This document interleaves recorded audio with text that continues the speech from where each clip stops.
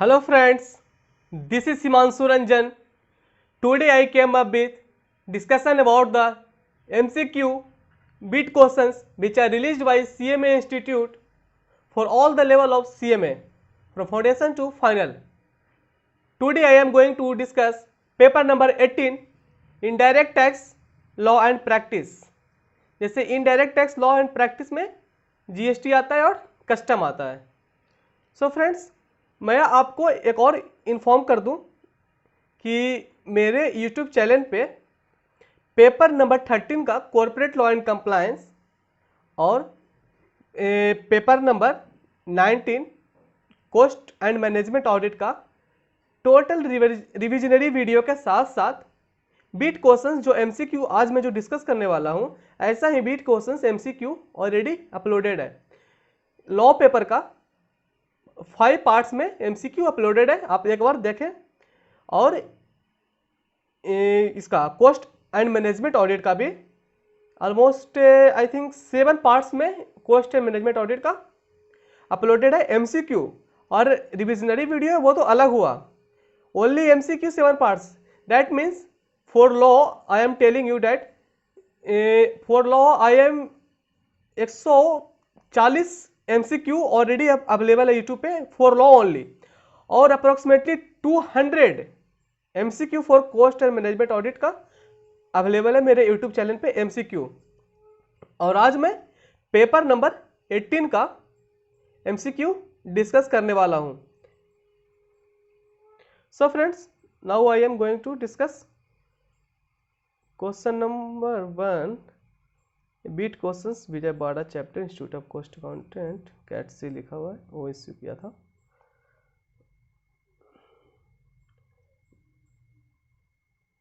और मैं आपको ये भी बता दूं, मेरा रिविजनरी वीडियो में लॉ का जैसे कि कॉर्पोरेट गवर्नेंस हो गया जो सीएमए फाइनल का है, और सेबी का जो आईसीडीआर पोर्शन है वो पोर्शन अपलोडेड है. निधि कंपनी हो गया, प्रोड्यूसर कंपनी हो गया, और accounts of company from section 128 से लेकर के सेक्शन 138 तक सेक्शन वाइज अपलोडेड है यूट्यूब पे. मेरा चैनल पे जाके एक बार विजिट करिए, आप जरूर देखें. और जो ऑडिट का जो सेक्शंस है सेक्शन 139 से लेकर के सेक्शन 148 तक, उसका भी हर एक सेक्शन का सेपरेट सेक्शन का वीडियो अपलोडेड है यूट्यूब पे. एक बार विजिट करके आप जरूर देखें, आपको जरूर पसंद आएगा. मैं विथ इन शॉर्ट टाइम में मैं टोटल प्रोविजन को मैं डिस्कस किया हूं वहां पे, अब एक बार जाकर देखें.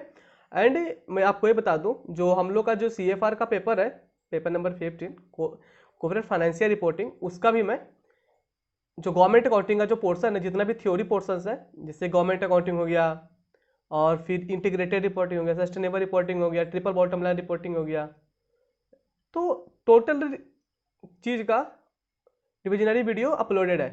सो friends, today I am going to discuss paper number 18 indirect tax law and practice, that means GST and custom का आज मैं बीट क्वेश्चंस डिस्कस करने वाला हूं.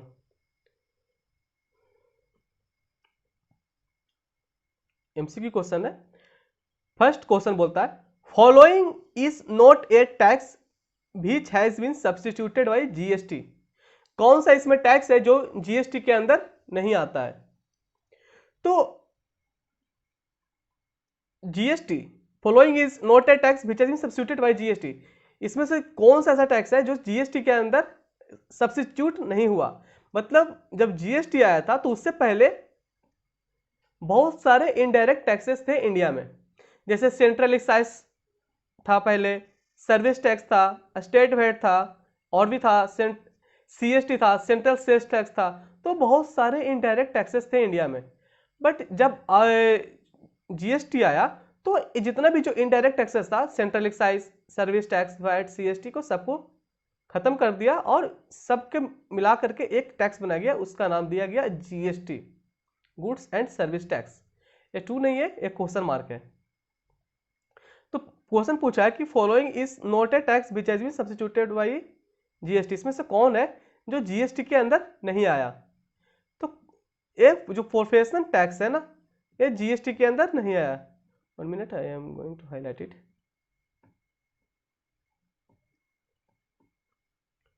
ये जो प्रोफेशनल टैक्स है ये जीएसटी के अंदर सब्स्टिट्यूट नहीं किया गया, क्योंकि ये जो प्रोफेशन टैक्स है ये म्यूनिसिपैलिटी जो होते हैं और लोकल बॉडी जो होते हैं वो चार्ज करते हैं profession tax. So question number first का ऑप्शन डी होगा, profession tax. Second question, in an intra state supply following are levied under GST. जो इंट्रा स्टेट सप्लाई होता है उसमें क्या जीएसटी लगता है, कौन सा टाइप का जीएसटी लगता है? तो जो इंट्रा स्टेट सप्लाई होता है उसमें एसजीएसटी एंड सीजीएसटी लगता है। अगर इंटर स्टेट रहा तो आईजीएसटी लगता है, ओनली आईजीएसटी लगता है। बट यहाँ पे इंट्रा स्टेट पूछा है तो SGST and SGST and CGST लगेगा। क्वेश्चन नंबर 2 का ऑप्शन है। And third one, GST is a dash based tax. GST is a destination based tax होता है। जैसे डेस्टिनेशन बेस्ड टैक्स मतलब जहां मूवमेंट गुड्स का एंड होगा वहीं पे टैक्स लगेगा, या जहां पे कंजम्पशन होगा, ये समझे आप। तो क्वेश्चन नंबर 3 का सी होगा। Question number 4, a new supplier has taxable intra state sales, exempted intra-state sales and export sales of goods. He should get himself registered under GST law where, कहाँ पे इसको GST में registration लेना पड़ेगा? The great value of taxable intra exceeds 20, the great value of taxable as well as exempt 20 and the great value of all the three। हाँ, जो intra state होता है और इंजेम्प्टेड होता है और एक्सपोर्ट सेल होता है तो सभी को ऐड करके ही टर्नओवर देखा जाता है कोई भी ऑर्गेनाइजेशन का। तो ऑप्शन सी होगा, the great value of all the three item exceed 20 lakh rupees.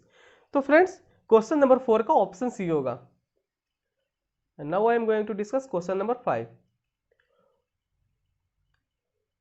Following is an intra state supply. इसमें कौन है जो इंट्रा स्टेट सप्लाई बोला जाता है? 5 का ये, goods sent from Delhi to another dealer in Delhi. ये विथ इन सेम स्टेट में अगर आप ट्रांजैक्शन करते हैं, डिलीवरी करते हैं तो उसे इंट्रा स्टेट बोला जाता है। क्वेश्चन नंबर 5 का ये। Question number 6, a casual taxable person is required to obtain registration where he makes. जो सीटीपी होता है, जिसे सीटीपी कैजुअल टैक्सेबल पर्सन को बोला जाता है, a CTP is required to obtain registration where he makes. क्या होगा सीटीपी, कहां पे रजिस्ट्रेशन लेगा? इसका ऑप्शन सी होगा, टैक्सेबल इंट्रा और intra supply whose proposed value. No, इसका कोई टर्नओवर क्राइटेरिया नहीं होता। टैक्सेबल इंटर स्टेट ये भी नहीं होगा, इसका ऑप्शन बी होगा।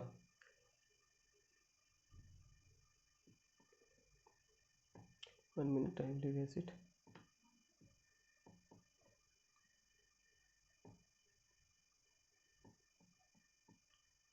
सिक्स का option B, taxable inter state और इंट्रा स्टेट सप्लाई। तो थोड़ा ये जान लेते हैं कि कैजुअल टैक्सेबल पर्सन होता क्या है। कैजुअल टैक्सेबल पर्सन एक ऐसा पर्सन है जिसका कोई फिक्स्ड प्लेस ऑफ बिजनेस नहीं होता है। ये ओकेशनली कहीं भी अपना बिजनेस खड़ा करता है। जैसे कि सपोज डेट कहीं एक मेला लगता है तो कोई एक बिजनेसमैन चाहता है कि मैं उस मेला में पार्टिसिपेट करके कुछ अपना प्रोडक्ट सेल करूँ उस वहाँ पे जा करके। तो वहाँ पे वो जाएगा तो जाने के पहले उसको 5 डेज इन एडवांस में उसको रजिस्ट्रेशन लेना पड़ेगा। और रजिस्ट्रेशन जब वो लेगा ना तो उसको जो एस्टिमेटेड टैक्स जो उसको लगता है कि इतना दिन में मैं बिजनेस करूँगा तो इतना टैक्स बनेगा, तो वो टैक्स गवर्नमेंट को एडवांस में पेमेंट करना होगा। 5 दिन पहले रजिस्ट्रेशन लेगा और टैक्स भी पेमेंट करना होगा उसको। अगर उसको पहले से कोई अगर जीएसटी का आईटीसी उसके पास अगर है तो वो आईटीसी को एडजस्ट करने के बाद जो उसको लगता है टैक्स लायबिलिटी वो जमा करे गवर्नमेंट को। एंड देयर आफ्टर उसको जो रजिस्ट्रेशन का जो वैलिडिटी रहेगा वो 90 डेज का रहेगा, और ज़्यादा से ज़्यादा उसको और एक्सटेंशन 90 डेज का मिल जाएगा। दैट मीन्स 180 दिन का उसको रजिस्ट्रेशन पीरियड होता है। इन केस सपोज दैट जो कैजुअल टैक्सेबल पर्सन जो पार्टिसिपेट किया था उस मेला में, जो आपको बताया मैं, सपोज डेट 180 डेज से ज़्यादा वो अगर वो बिजनेस वहाँ पे करने लगा तो उसको रजिस्ट्रेशन नॉर्मली जैसे लोग लेते हैं वैसा उसको लेना पड़ेगा। सो फ्रेंड्स, ये मैं बताया आपको कैजुअल टैक्सेबल पर्सन के बारे में। बट यहाँ पे पूछा था कि क्वेश्चन था कि एक casual taxable person is required to obtain registration where he makes taxable interested करता है, चाहे इंटरेस्टेड करता है, कोई मैटर नहीं करता है, कोई भी कर सकता है। और इसमें कोई टर्नओवर क्राइटेरिया नहीं है कि कितना टर्नओवर क्राइटेरिया होगा तो उसको रजिस्ट्रेशन लेना पड़ेगा। इसका मैंडेटरी रजिस्ट्रेशन लेना पड़ता है एज पर सेक्शन 24। 24 जो सेक्शन है CGST एक्ट 2017 में, उसमें मैंडेटरी रजिस्ट्रेशन के अंदर आता है CTP कैजुअल टैक्सेबल पर्सन। तो 6 का बी होगा। Question number 7, Subbu a registered supplier based at Erode coached the staff of software company in Hyderabad. ठीक है, कोच्ड करता है स्टाफ को सॉफ्टवेयर कंपनी हैदराबाद में। ठीक है, इसमें डेट मीन्स ट्रेनिंग देता है। Which is registered, okay, the classes where held at Erode. ठीक है, द प्लेस ऑफ सप्लाई, तो प्लेस ऑफ सप्लाई क्या माना जाएगा? प्लेस ऑफ सप्लाई हैदराबाद माना जाएगा, क्योंकि जहां पे आप सर्विस दे रहे हैं तो ट्रेनिंग दे रहे हैं तो वही जगह को प्लेस ऑफ सप्लाई माना जाता है। Advance ruling can be declare to be void by the authority if it has been obtained by the applicant या अप्लेंट बाय। एडवांस जो रूलिंग होता है वो वॉइड कैसे माना जाता है, क्यों माना जाता है? तो एडवांस रूलिंग को वॉइड माना जो जाता है वो as per section 104 of CGST act 2017 में दिया हुआ है। तो उसमें बोलता है कि एक जो एडवांस रूलिंग कब वॉइड माना जाएगा, अगर फ्रॉड से अगर एडवांस रूलिंग लिया गया तो वॉइड माना जाएगा। अगर advance ruling suppression of act से लिया गया या मिसरिप्रेजेंटेशन ऑफ एक्ट से लिया गया। डेट मीन्स ये तीनों ऑप्शंस है, तो इसका मतलब ऑल ऑफ द एबव होगा। क्वेश्चन नंबर 8 का डी होगा।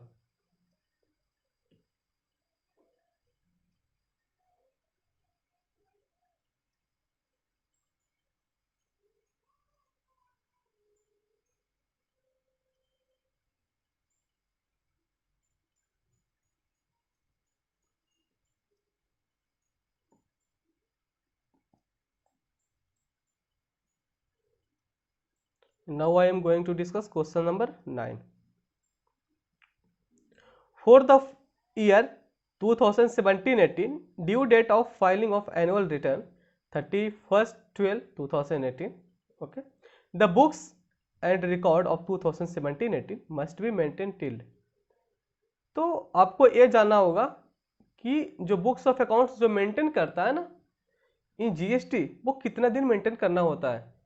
तो एटलीस्ट आपको 72 मंथ्स करना पड़ेगा अकाउंट्स मेंटेन, या बोलिए बुक्स ऑफ अकाउंट्स रिकॉर्ड, जितना जो भी है आपको मेंटेन करना पड़ेगा 72 मंथ्स, दैट मीन्स 6 ईयर्स। तो यहाँ पे आप काउंट करके कैलकुलेट करिए कि क्वेश्चन बोल रहा है कि for the year 2017-18 2017-18 due date of filing of return, जो एनुअल रिटर्न का ड्यू डेट है इसका फाइल करने का 31/12/2018। Okay, the books and record of 2017-18 must be maintain till. जो 2017-18 का जो रिकॉर्ड मेंटेन किया कंपनी, वो कब तक उसको मेंटेन करना जरूरी होगा। ओके, क्वेश्चन ए पूछ रहा है, तो आपको 6 साल तक तो मेंटेन करना ही होगा। तो 17-18 से आप 6 साल जोड़ दीजिए, 8 + 6 24 होगा। That means you have to maintain 31/12/2024। That means 9 का बी होगा।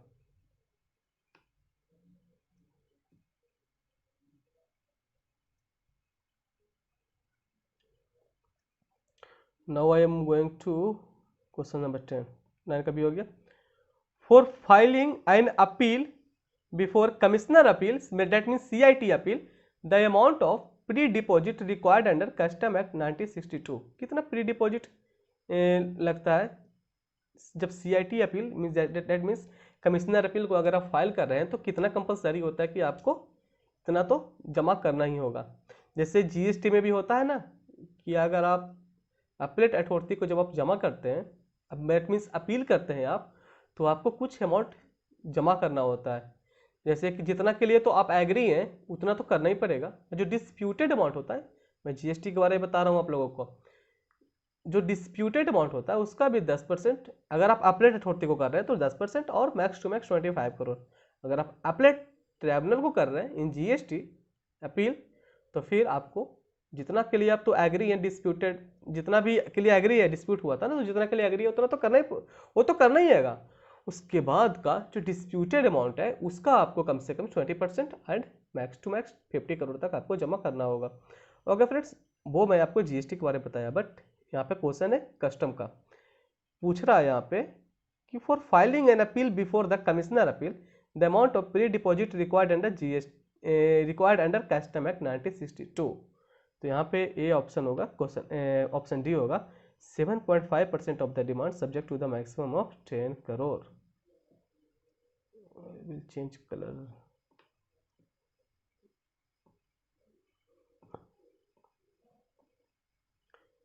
(7.5% of the demand subject to maximum of 10 crore.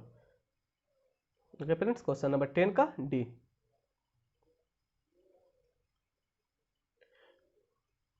Where a person of Indian origin stay abroad for 36 months and return to India on 21/1/2017 for having residence in India, the general free allowance for used household article baggages। तो पहले तो आपको ये जानना होगा कि baggage क्या होता है एंड जनरल फ्री अलाउंस क्या होता है। उसके बाद मैं आपको एक बार और क्वेश्चन पढ़ करके मैं आपको बता दूंगा। Okay friends, first of all you have to know that what do you mean by baggage. Baggage जैसे कि कोई एक पर्सन है, सपोज डेट इंडिया के बाहर जाता है, तो जब वो इंडिया में रिटर्न आता है तो जो लगेज लेकर आता है वो, तो उसी को बैगेज बोला जाता है इन स्टैंडर्ड लैंग्वेज में, इन कस्टम। ओके, तो जो बैगेज का डिफिनेशन क्या है इन custom law? Baggage means unaccompanied baggage but doesn't include motor vehicle। Okay, तो unaccompanied baggage क्या होता है? unaccompanied baggage मतलब होता है कि कोई एक पैसेंजर है, इंडिया में आ गया, ठीक है, इंडिया में वो आ गया बट वो अपने साथ लगेज लेकर नहीं आया, डेट मीन्स बैगेज लेकर नहीं आया। तो उसको आने के पहले या उसके आने के बाद उसका लगेज अगर आता है तो उसी को अनअकम्पाइड बैगेज बोला जाता है। ओके फ्रेंड्स, वो मैं आपको बैगेज का डिफिनेशन बताया कि बैगेज होता क्या है एक्चुअली। अब जनरल फ्री अलाउंस के बारे में जानते हैं। जनरल फ्री अलाउंस एक तरह का छूट होता है कि आपको इतना डिस्काउंट दिया जाएगा, इतना तक आपको कुछ भी टैक्स देने का जरूरत नहीं होगा, मतलब दैट मीन्स कस्टम ड्यूटी इतना तक आपको देने का जरूरत नहीं है। जैसे जनरल फ्री अलाउंस तो 50,000 तो मिल ही जाता है हर कोई जो भी हो। और जैसे कि एक लैपटॉप अगर कोई 18 साल से ज़्यादा का व्यक्ति अगर लाता है तो उसको भी एग्जाम्पशन है, जैसे कि सिगरेट वगैरह हो गया तो 100 हो गया, सिगार 25 हो गया, अगर आप तो कुछ कुछ दिया हुआ है कि आप इतना इतना तक ला सकते हैं। तो मैं आपको फिर से क्वेश्चन एक बार रिपीट करता हूँ।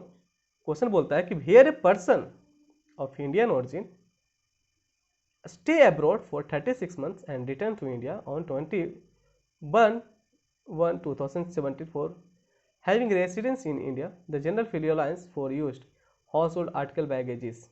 ओके, बोलता है कि कोई एक आदमी था इंडिया का ही, इंडियन ओरिजिन का, वो 36 महीने के लिए एब्रोड में काम किया बट फिर से वो अपना भारत लौट के रहा है, तो उसको कितना जनरल फ्री अलाउंस मिलना चाहिए?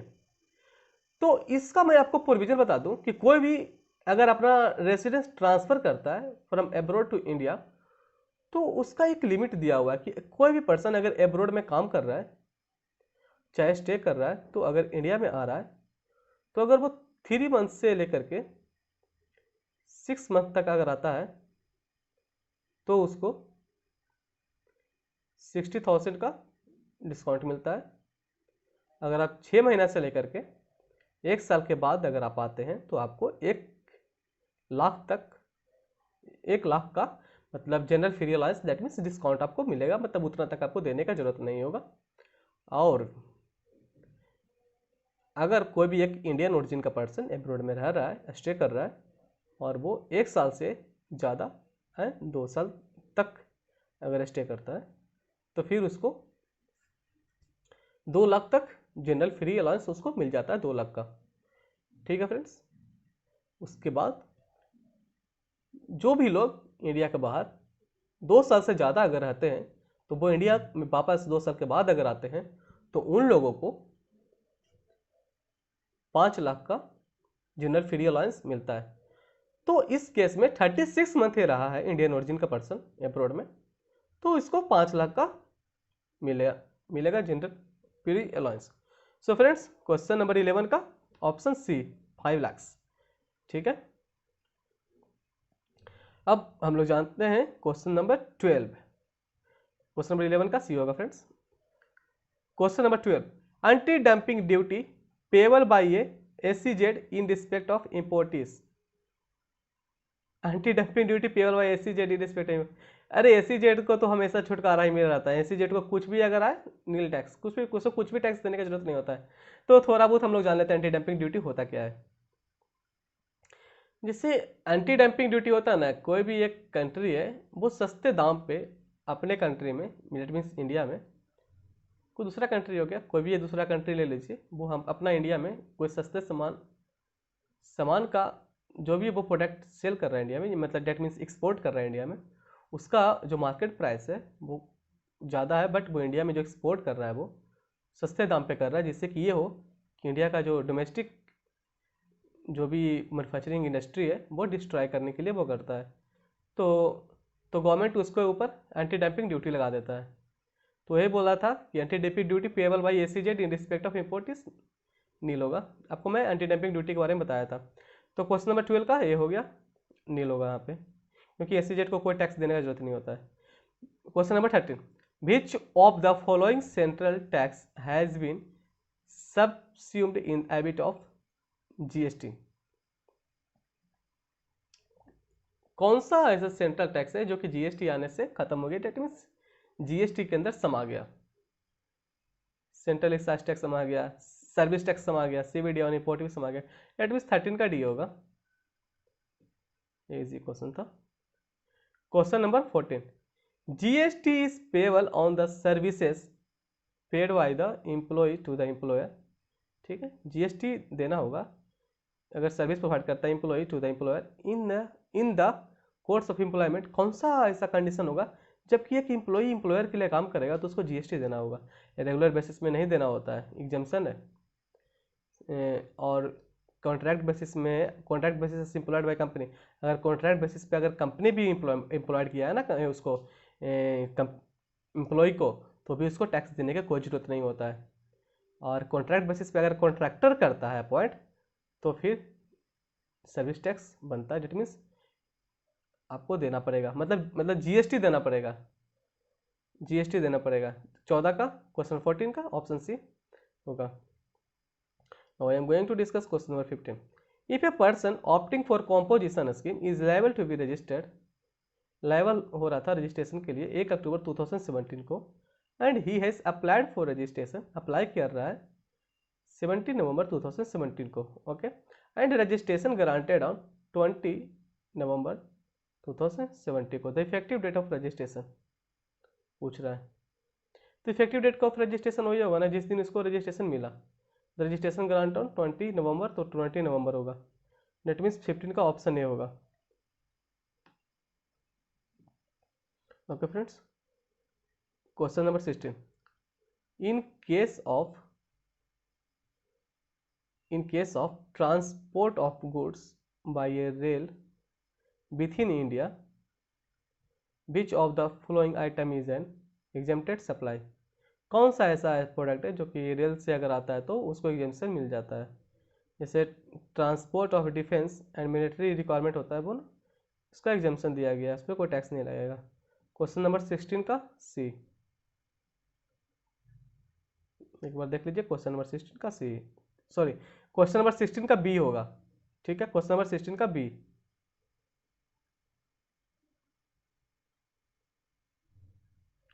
Now I am going to discuss question number 17. Mr. C of Chennai supplied goods to Mr. Smart Jet Airlines of Chennai flying between Delhi to Mumbai fly करता है। The goods are loaded in the aircraft in Delhi. Goods load किया गया दिल्ली में, ठीक है, the place of supply of goods will be, तो place of supply goods का कहाँ माना जाएगा?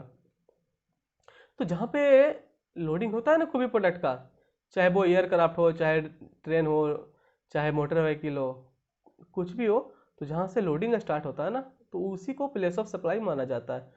तो यहाँ पे लोडिंग हो रहा था, लोडेड ऑफ एयरक्राफ्ट इन दिल्ली में हो रहा था, तो 17 का भी दिल्ली होगा।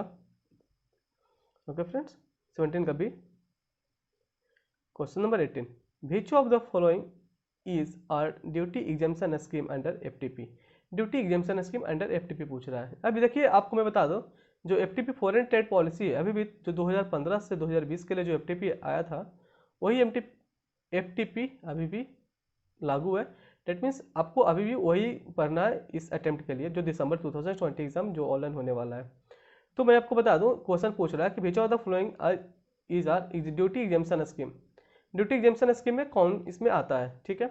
तो जो एडवांस अथोराइजेशन होता है ना, वो ड्यूटी एग्जाम्पशन स्कीम में आता है। Duty free import authorisation scheme होता है ना, वो भी ड्यूटी एग्जाम्पशन स्कीम में आता है, ठीक है फ्रेंड्स। तो आपको जो दो ऑप्शन तो यही होगा, ए बी, तो ये दोनों होगा, तो डेट मीन्स इसका ऑप्शन होगा बी। ओके, तो आपको मैं थोड़ा बता देता हूँ एडवांस अथोराइजेशन क्या होता है, ड्यूटी फ्री इंपोर्ट अथोराइजेशन क्या होता है। इससे एडवांस अथोराइजेशन होता है ना कि कोई भी एक एक्सपोर्टर होता है, वो इंपोर्ट करता है कोई भी material, raw material, without payment of any basic custom duty, safe guard duty, anti dumping duty, उसको कोई भी ड्यूटी देने का दरकार नहीं होता है। Okay, but in case of duty free import authorisation, उसको सिर्फ BCD, that means basic custom duty, सिर्फ उसको देना होता है, और उसके बाद उसको और भी जो टैक्स बनता है वो उसको देना पड़ेगा। That means in case of advance authorisation उसको कोई भी टैक्स देने का दरकार नहीं है। जो रॉ मटेरियल वो इंपोर्ट करता है, बट उसके ऊपर रिस्पॉन्सिबिलिटी है कि उस रॉ मटेरियल को फिनिश्ड गुड्स बना करके एक्सपोर्ट करना होता है। और सेम सिचुएशन इसके साथ भी है, DFIA के साथ भी। But in case of DFIA, that means duty free import authorisation, इसको सिर्फ जो वो इंपोर्ट करेगा ना, तो सिर्फ उसको BCD, that means basic custom duty का ही उसको एग्जेम्पशन मिलता है, बाकी का जो भी टैक्स है उसको देना होता है। तो क्वेश्चन नंबर 18 का बी होगा, option B, both A and B. Okay friends, तो ये जो ऑप्शन दिया है ना, merchandise export from India scheme and service export from India scheme, हाँ, तो इसका जो होता है ना, जैसे इसको ड्यूटी एग्जाम्पशन स्कीम बोला जाता है, तो ये दोनों को रिवार्ड स्कीम बोला जाता है, ठीक है। रिवार्ड स्कीम में ना एक और आता है स्टेटस होल्डर, ये भी रिवार्ड स्कीम में आता है, ठीक है फ्रेंड्स। थोड़ा एक्स्ट्रा बता दिया आपको कि अगर क्वेश्चन में अगर पूछ दिया कि रिवार्ड स्कीम कौन होगा, तो मर्केंटाइज और सर्विस एक्सपोर्ट वाला होगा। एंड अगर स्टेटस होल्डर भी होता है, वो भी बोला जाता है reward scheme. Okay friends, but question number 18 का क्वेश्चन था ड्यूटी एग्जाम्पशन स्कीम पूछ रहा था, तो इसका तो आंसर होगा option B, both A and B, that means advance authorisation and duty free import authorisation. Question number 19, the place which is used for unloading of imported goods and loading of exported goods is called, कौन सा ऐसा place होता है जहां पे goods को unload किया जाता है, दैट मीन्स इंपोर्टेड गुड्स को अनलोड किया जाएगा, और जो गुड्स एक्सपोर्ट होने वाला है उसको एक्सपोर्ट, दैट मीन्स लोड करके उसको भेजना होता है, लोडिंग करके एक्सपोर्ट करना होता है। कौन, इसको क्या बोला जाता है? उसको बोला जाता है inland container depot, that means question number 19 का ऑप्शन है।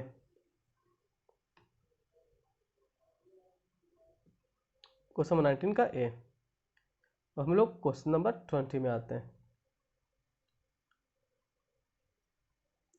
The type of bill of entry which is used for ex bond clearance for home consumption from the warehousing, पूछ रहा कि कौन सा बिल ऑफ एंट्री है which is use for ex bond में use होता है।